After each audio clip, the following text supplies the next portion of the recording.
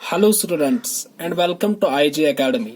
Students, last video में मैंने आपके साथ डिस्कस किया था कॉन्टिनेंट एशिया और इस वीडियो में अब मैं आपके साथ डिस्कस करूंगा कॉन्टिनेंट यूरोप। देखिए, सबसे पहली बात यूरोप के बारे में ये है कि यूरोप ऐसा कॉन्टिनेंट है जो लैंडमास शेयर करता है एशिया के साथ, और जो कॉमन लैंडमास हमारा है एशिया के साथ उसे हम कहते हैं यूरेशिया। क्या कहते हैं? यूरेशिया, है ना। तो Europe second most densely populated continent है।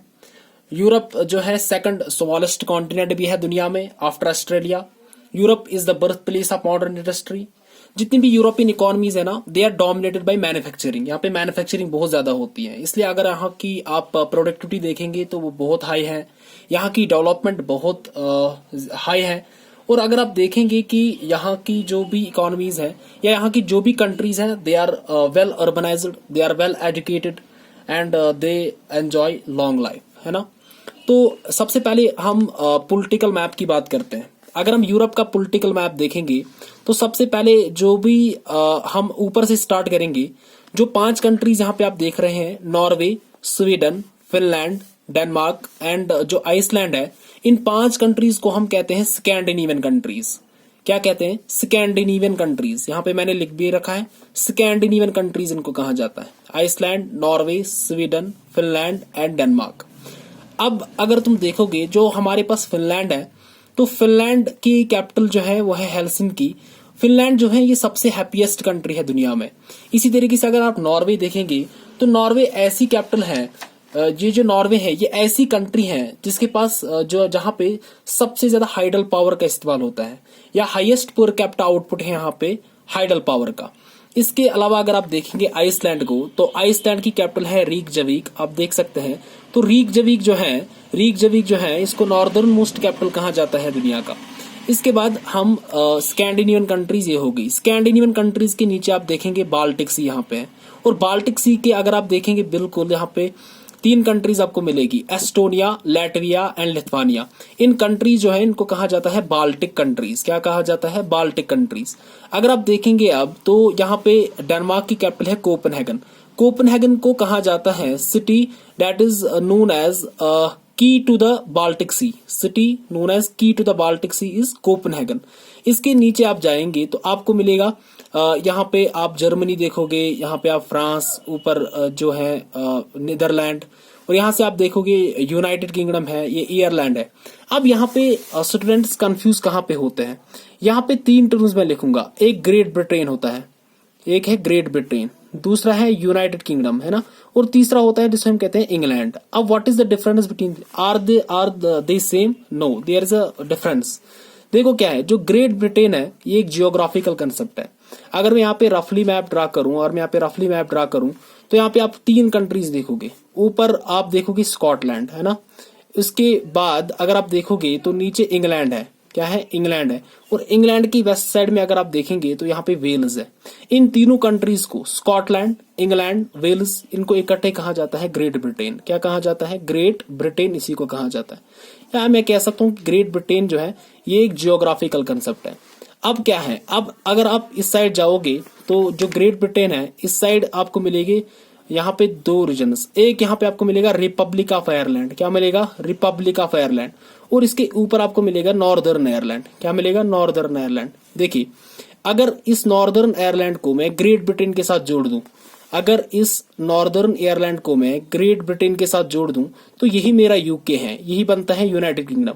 मैं कह सकता हूं कि यूनाइटेड किंगडम एक पॉलिटिकल टर्म है, जो यहाँ पे नाम दिया जाता है ग्रेट ब्रिटेन को और नॉर्दर्न आयरलैंड को। इसका मतलब यह है कि ग्रेट ब्रिटेन में 3 ही कंट्रीज हैं, स्कॉटलैंड, इंग्लैंड और वेल्स। अगर मैं इसके साथ जोड़ दूं नॉर्दर्न आयरलैंड, तो ये मेरा यूके बन गया। और इंग्लैंड तो आपको पता ही है, एक अलग सी कंट्री है ग्रेट ब्रिटेन की। अब यहाँ पे आप देखो, यही है यूनाइटेड किंगडम, यहाँ पे लिख रहा है ये, और यहाँ पे जो नॉर्दर्न आयरलैंड है ये इसका साथ जुड़ा है। अब अगर तुम देखोगे इसके नीचे, तो जो यहाँ पे ये यूनाइटेड किंगडम है इसके नीचे नाम लिखा है इंग्लिश चैनल, है ना। और यही पे एक स्ट्रेट भी है जिसे हम कहते हैं स्ट्रेट ऑफ डोवर। यानी कि यहाँ पे 2 चीजें इंपॉर्टेंट है, एक यहाँ पे इंग्लिश चैनल इंपॉर्टेंट है, एक यहाँ पे इंग्लिश चैनल इंपॉर्टेंट है, और दूसरा जो इंपॉर्टेंट यहाँ पे उसे हम कहते हैं स्ट्रेट ऑफ डोवर। अगर आप स्ट्रेट ऑफ डोवर को देखेंगे तो स्ट्रेट ऑफ डोवर बिल्कुल हमारे जो नॉर्थ सी है उसको यहाँ पे जोड़ती है हमारे अटलांटिक ओशन के साथ, है ना। नॉर्थ सी को अटलांटिक ओशन के साथ जोड़ती है कौन? इंग्लिश चैनल भी और स्ट्रेट ऑफ डोवर भी। अब यहाँ पे हम थोड़ा नीचे जाएंगे। इसके बाद अगर आप देखेंगे यहाँ पे 3 कंट्रीज जो हैं, यहाँ पे जो नीदरलैंड आप देखते हैं, बेल्जियम या लक्समबर्ग, ये 3 कंट्रीज जो हैं, कौन कौन, बेल्जियम है ना, इसी तरीके से जो है नीदरलैंड बेल्जियम है, इसी तरीके से यहाँ पे लक्समबर्ग अगर आप देखोगे, लक्समबर्ग, ठीक है। इन तीनों कंट्रीज को यहाँ पे नाम दिया जाता है, इनको हम कहते हैं बेनुलेक्स कंट्रीज। क्या कहते हैं? बेनुलेक्स कंट्रीज। जैसे आपने देख लिया स्कैंडिनेवियन कंट्रीज, तो ये 5 हो गई। इसके नीचे जो है आपको बाल्टिक कंट्रीज मिलती है, और इसके नीचे जो है आपको मिलते हैं कौन, बेनुलेक्स कंट्रीज। अब यहाँ पे नीचे जर्मनी है ना, उसके नीचे है चेक रिपब्लिक, स्लोवाकिया इसको कहते हैं। इसके नीचे जब आप जाते हैं तो आपको मिलेगा स्विट्जरलैंड। अब स्विट्जरलैंड पे मैं थोड़ा बहुत यहाँ पे आपको बताना चाहूंगा कि स्विट्जरलैंड की कितनी इंपॉर्टेंस है।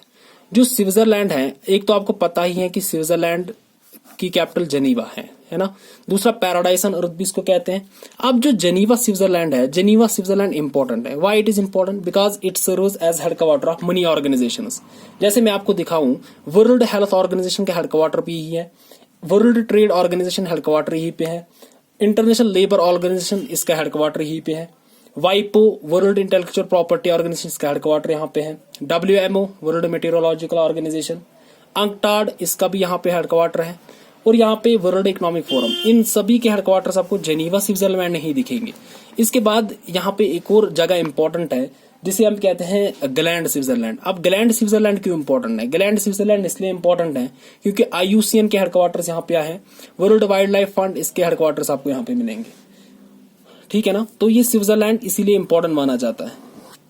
इसके बाद हम आगे बढ़ेंगे। इसके बाद अगर आप देखेंगे तो यहाँ पे ऊपर है नीदरलैंड है ना। तो नीदरलैंड भी इंपॉर्टेंट है। अब नीदरलैंड क्यों इंपॉर्टेंट है? नीदरलैंड इसलिए इंपॉर्टेंट है क्योंकि नीदरलैंड को जुडिशियल कैपिटल कहा जाता है दुनिया की जुडिशियल कैपिटल ऑफ वर्ल्ड है ना, जुडिशियल कैपिटल ऑफ वर्ल्ड।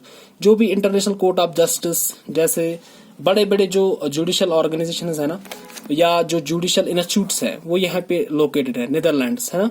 तो इसीलिए नीदरलैंड्स को क्या कहा जाता है? इसको जुडिशियल कैपिटल भी दुनिया की कही जाती है। इसलिए अगर आपसे पूछा जाए इंटरनेशनल कोर्ट ऑफ जस्टिस जो है उसका हेडक्वार्टर कहाँ पे है, वो कहाँ पे आपको दिखेगा? वो नीदरलैंड के ही अंदर है। उसके बाद हम आगे बढ़ेंगे तो हम देखेंगे यहाँ पे फ्रांस है ना। तो फ्रांस की कैपिटल है पेरिस। अब पेरिस क्यों इंपॉर्टेंट है? पेरिस इसलिए इंपॉर्टेंट है क्योंकि यहाँ पे भी आपको हेडक्वार्टर्स दिखते हैं। किस किस के हेडक्वार्टर्स? एक तो यूनेस्को के हेडक्वार्टर्स आपको दिखेंगे, और OECD है ना, इसके हेडक्वार्टर्स आपको यहाँ पे दिखेंगे। इसके बाद हम आगे जाएंगे। यहाँ पे देखो, यहाँ पे आपको मिलेगा ऑस्ट्रिया है, हंगरी है।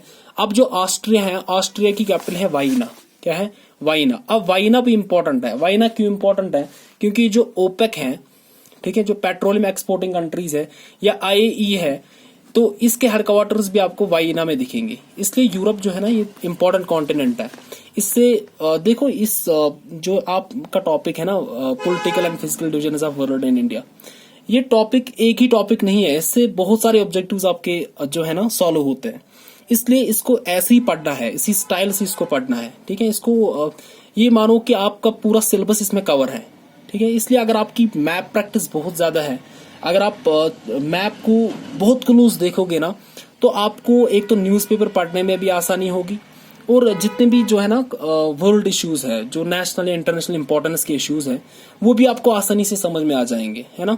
इसलिए मैप पे आप अपनी पकड़ हमेशा बनाइएगा। इसके नीचे अगर आप जाएंगे तो आपको मिलेगा इटाली। अब इटाली क्यों इंपॉर्टेंट है? इटाली इसलिए इंपॉर्टेंट है क्योंकि इटाली के अंदर आप देखोगे वेटिकन सिटी। अब वेटिकन सिटी क्यों इंपॉर्टेंट है? यहाँ पे देखो, अब वेटिकन सिटी क्यों इंपॉर्टेंट है? क्योंकि वेटिकन सिटी जो है, ये सबसे छोटी जो कंट्री है दुनिया की, वेटिकन सिटी जो है, ये सबसे छोटी, सबसे स्मॉलेस्ट कंट्री है दुनिया की, स्मॉलेस्ट सॉवरेन स्टेट वर्ल्ड की कौन है? वेटिकन सिटी है ना। तो इसलिए ये वेटिकन सिटी इंपॉर्टेंट है। इटाली की ये बिल्कुल इसके लैंडमार्क के अंदर आपको मिलेगी ये कंट्री। इसके बाद अगर आप फ्रांस के नीचे जाएंगे तो फ्रांस के नीचे आपको मिलेगा क्या? ये जो रीजन है ना, जहां पे स्पेन, पोर्टुगल आपको दिखेगा, तो इसको कहा जाता है आइबेरियन पेनिनसुला। क्या कहा जाता है? Iberian peninsula. देखो, मैं आपको पॉलिटिकल डिवीजन भी दिखा रहा हूं, और साथ साथ में जितने भी फिजिकल फीचर्स यहाँ के हैं उनको भी मैं यहाँ पे डिस्कस कर रहा हूँ। इसके बाद अगर आप और नीचे जाएंगे तो मेडिटेरियन सी। देखो, मेडिटेरियन सी ही है जो सेपरेट करता है हमारे यूरोप को और हमारे अफ्रीका को। अब इससे जो नीचे कॉन्टिनेंट आएगा वो अफ्रीका ही है, ठीक है। मेडिटेरियन सी के यहाँ साउथ में आपको दिखेगा क्या? अफ्रीका। ये अफ्रीका यहाँ से स्टार्ट हुआ, ठीक है। और यहाँ पे अगर आप देखेंगे तो यहाँ पे मैंने आपको पहले ही बोल दिया था कि यहाँ पे जो एशिया है और यूरोप है, इसकी जो लैंड मास ये एशिया के साथ शेयर करता है यूरोप, है ना। अब कौन कौन सा रीजन इसको सेपरेट करता है, यहाँ पे आप फिजिकल फीचर्स की तरफ आते हैं।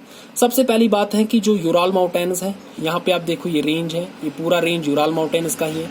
इसके बाद यहाँ पे कैस्पियन डिप्रेशन है, कैस्पियन डिप्रेशन के नीचे आप देखोगे कैकेसस माउंटेन्स, उसके बाद ब्लैक सी, उसके बाद टर्की, और यहाँ पे आप देखोगे मेडिटेरियन सी, ठीक है। तो ये जो पूरी बाउंड्री है, ये जो मैं आपको दिखा रहा हूँ, यही सेपरेट करता है हमारे यूरोप और हमारे एशिया को, यही रीजन सेपरेट करते हैं। अब आ जाओ, अब कुछ फिजिकल फीचर्स पे हम अपनी नजर डालेंगे। सबसे पहली बात एल्प्स यहाँ के जो है ना माउंटेन रेंज हैं, एल्प्स। इसी तरीके से कैकेसस माउंटेन्स अभी आपने देखे, है ना। इसी तरीके से कार्पेथियन माउंटेन्स आपको यहाँ पे दिखेंगे। और यहाँ पे आपको क्या दिखेगा कि जो यहाँ का लार्जेस्ट लेक है दैट इज कैस्पियन सी। देखो कैस्पियन सी में है ना कि ये दोनों एशिया और यूरोप में है, लोकेशन मानी जाती है इसकी, लेकिन हम लिखते हैं कि लार्जेस्ट लेक जो है यूरोप का वो कैस्पियन सी ही है ना। और यहाँ पे एक और लेक है, लेक लडोगा भी यहाँ पे ही मौजूद है, यूरोप के अंदर ही। अब क्या इंपॉर्टेंट है, अब यहाँ पे हम कुछ रिवर्स की बात करते हैं। तो दो रिवर्स जो है यहाँ पे बहुत ज्यादा इंपॉर्टेंट है। एक रिवर वोल्गा है, क्या है, river Volga is important, and second is river Danube, क्या है, डेन्यूब, है ना। तो डेन्यूब क्यों इंपॉर्टेंट है, क्योंकि जो हंगरी की कैपिटल है बुडापेस्ट, वो ये जो कैपिटल है इसी रिवर पे लोकेटेड है। आप देखोगे कि जो रिवर्स है, अगर रिवर्स के ऊपर कोई सिटी लोकेटेड है तो वो भी एग्जाम में पूछी जाती है ना। जैसे मैं आपको बताऊं कि आगरा जो है ये सिटी लोकेटेड है यमुना रिवर पे। इसी तरीके से आपसे पूछता है जो फेमस सिटीज है, अगर ये किसी रिवर पे लोकेटेड है तो उसका ख्याल भी आपको रखना है। तो जो डेन्यूब है this is located on Budapest, sorry जो बुडापेस्ट है this is located on Danube river, है ना। इसके बाद आगे बढ़ो तो हम देखते हैं कि मेडिटेरियन सी पे हम 1-2 मिनट चर्चा करेंगे, क्योंकि मेडिटेरियन सी बहुत ही ज्यादा इंपॉर्टेंट है। अब क्यों है, ये जो पूरा मेडिटेरियन रीजन आपको दिखेगा इसको हम ऑर्चर्ड्स ऑफ द वर्ल्ड भी कहते हैं, क्योंकि अगर आप देखेंगे कि बहुत सारे फ्रूट्स जो है उनका जो ऑरिजिन है यहीं पे है ना। और अगर आप देखेंगे कि ये जो पूरी कंट्रीज यहाँ पे है, स्पेन, पोर्टुगल, इस साइड पे, तो अगर आप देखेंगे कि विटिकल्चर यहाँ पे होता है, यानी कि जो कल्टिवेशन ऑफ ग्रेप्स, वाइटिकल्चर, वो यहाँ पे ज्यादा होता है। और इसके साथ साथ अगर आप देखेंगे कि जो मेडिटेरियन सी है यहाँ पे जो एक स्ट्रेट आपको दिखेगी, इसको हम कहते हैं स्ट्रेट ऑफ जिब्राल्टार। क्या कहते हैं, स्ट्रेट ऑफ जिब्राल्टार। अब स्ट्रेट ऑफ जिब्राल्टार क्यों इंपॉर्टेंट है, स्ट्रेट ऑफ जिब्राल्टार क्यों इंपॉर्टेंट है, स्ट्रेट ऑफ जिब्राल्टार इसलिए इंपॉर्टेंट है क्योंकि स्ट्रेट ऑफ जिब्राल्टार को कहा जाता है क्या, it is the key to the Mediterranean. Key to the Mediterranean हम किसको कहते हैं, की टू द मेडिटेरियन सी हम कहते हैं किसको, जिब्राल्टार को ही। और अगर आप जिब्राल्टार को देखोगे तो जो मेडिटेरियन सी है और यहाँ से जो अटलांटिक ओशन है, ठीक है, ये इसको यहाँ पे ज्वाइन करती हैं, ये है हमारे पास जिब्राल्टार, है ना। उसके बाद अगर आप देखेंगे कि जो हमारे पास जो मेडिटेरियन सी है, यहाँ पे अगर आप देखेंगे ये सिलिसी है, ये इटली का रीजन है, इसके नॉर्थ में आपको एक वॉल्केनो दिखेगा, जिस वॉल्केनो को कहा जाता है माउंट स्ट्रोम्बोली। क्या कहा जाता है, माउंट स्ट्रोम्बोली। अब जो माउंट स्ट्रोम्बोली है इट इज निकनेम्ड एज, इसको कहा जाता है lighthouse of the Mediterranean. ये बहुत ही इंपॉर्टेंट पॉइंट है, lighthouse of the Mediterranean किसको कहा जाता है, lighthouse of the Mediterranean is our Mount Stromboli, है ना। अब lighthouse of the Mediterranean, अब lighthouse of the Mediterranean क्यों, क्योंकि जब ये वॉल्केनो बाहर निकलता है ना तो जो पूरा मेडिटेरियन सी है वो ग्लो होता है इससे, है ना, इसलिए इसको light house of the Mediterranean के नाम से हम जानते हैं। तो ये हो गया यहाँ पे कुछ स्पेसिफिक फीचर्स। इसके बाद अगर आप यहाँ जाओगे तो यहाँ पे है टर्की। अब जो यहाँ पे ऊपर ब्लैक सी है, यहाँ से मेडिटेरियन सी है। अब यहाँ पे एक और स्ट्रेट आपको मिलेगी जिसे हम कहते हैं स्ट्रेट ऑफ बॉस्फोरस। क्या कहते हैं, स्ट्रेट ऑफ बॉस्फोरस इसको कहा जाता है। अब यहाँ पे मैंने 2-4 स्ट्रेट्स आपको फिर से बता दी, ऑस्ट्रेलिया में भी मैंने आपको बताई थी, एशिया में भी आपको मैंने बता दी, और यहाँ पे यूरोप में भी मैंने आपको बता दी। तो ये पूरी कहानी है। यहाँ पे फिर से देखो, ये जो स्ट्रेट ऑफ बॉस्फोरस है, जो हमारा ब्लैक सी है उसको ये कनेक्ट करते हैं किसके साथ, मेडिटेरियन सी के साथ, है ना, स्ट्रेट ऑफ बॉस्फोरस। इसके अलावा मैंने आपको बता दिया स्ट्रेट ऑफ डोवर है, इंग्लिश चैनल है ना, स्ट्रेट ऑफ जिब्राल्टार है। इसी तरीके से यहाँ पे कोपनहेगन को कहा जाता है की to the Baltic C, Gibraltar को कहा जाता है की टू द मेडिटेरियन सी, है ना। English channel, straight of Dover ये सेपरेट करते हैं हमारे यूके को विद दिस फ्रांस, है ना। और यहाँ पे फिर से इम्पोर्टेंट ये है कि यहाँ का जो लॉन्गेस्ट रिवर है यूरोप का वो वोल्गा रिवर ही है ना। तो ये कुछ फिजिकल फीचर्स मैंने यहाँ पे मार्क करा दिया आपको, ये आपको याद होना चाहिए, है ना। तो एल्प्स याद रखिएगा, जैसे ऑस्ट्रेलिया का था ग्रेट डिवाइडिंग रेंज, इसी तरीके से हिमालयन माउंटेन्स आपको एशिया में मिलते हैं। यहाँ पे आप याद रखिए एल्प्स, एल्प्स जो हैं ये इंपॉर्टेंट माउंटेन रेंज हैं किसके, ये यूरोप के हैं, ठीक है। तो इस वीडियो में हम इतना ही रख लेते हैं, I think it is enough, ठीक है। इसके बाद भी अगर आप कुछ पढ़ना चाहते हैं तो आप अपनी एटलस से खुद चीज़ों को एनालिसिस कीजिए, खुद चीज़ों को समझिए, ठीक है। तो हम मिलते हैं अपने नेक्स्ट वीडियो में जहाँ पे हम अफ्रीका कॉन्टिनेंट डिस्कस करेंगे। तब तक के लिए stay home, stay safe and God bless you all.